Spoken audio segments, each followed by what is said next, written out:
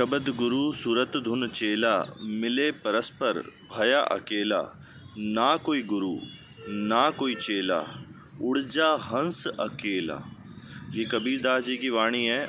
इस वाणी में पूरा अमृत छुपा हुआ है। इसका मतलब समझते हैं हिंदी अर्थ के साथ। शबद गुरु सुरत धुन चेला, जो एक मालिक है वो शबद है, उसमें हमें समाना है, मुक्ति उसी से होगी। सूरत धुन चेला, सूरत हमारा ध्यान जो संसार में फंसा पड़ा है वो उस शबद में लगाना है। शबद गुरु सूरत धुन चेला, मिले परस्पर भया अकेला। जब ये सूरत शबद में समा जाती है, दोनों एक हो जाते हैं, तो ना कोई गुरु ना कोई चेला।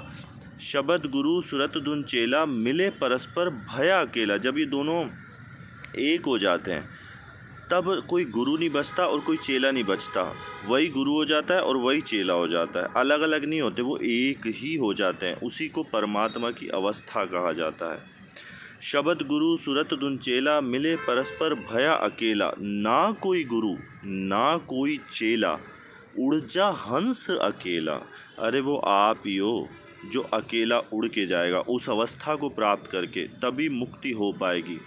इस अवस्था को प्राप्त किए बिना मुक्ति असंभव है।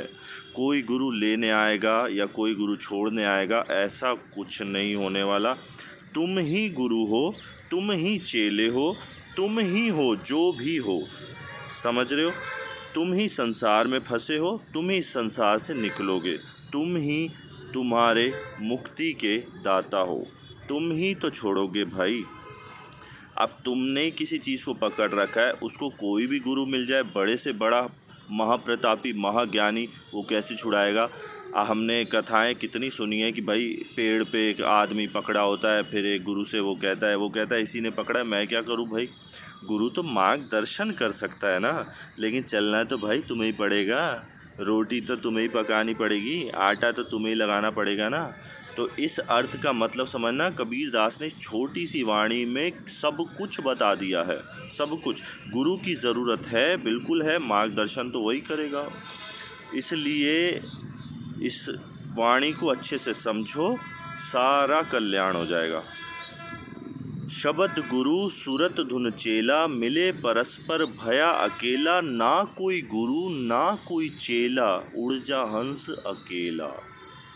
किसी के गुरु की बुराई मत करो, सब बढ़िया है अपनी अपनी जगह पे। बस ये है कि जितना जिसके पास होगा उतना ही तो बताएगा। इस पे भी कबीर साहब ने इतनी प्यारी वाणी बोली है। कितनी प्यारी प्यारी वाणी है कबीर साहब की, जो सारा आपको हल कर देगी, सारी संशय आपके ख़त्म कर देगी। इतने महान संत हुए, उनकी वाणियाँ हम समझ नहीं पाते। सुनने से नहीं होगा, समझने से होगा। तो चलो मेरे दोस्तों, नमस्कार।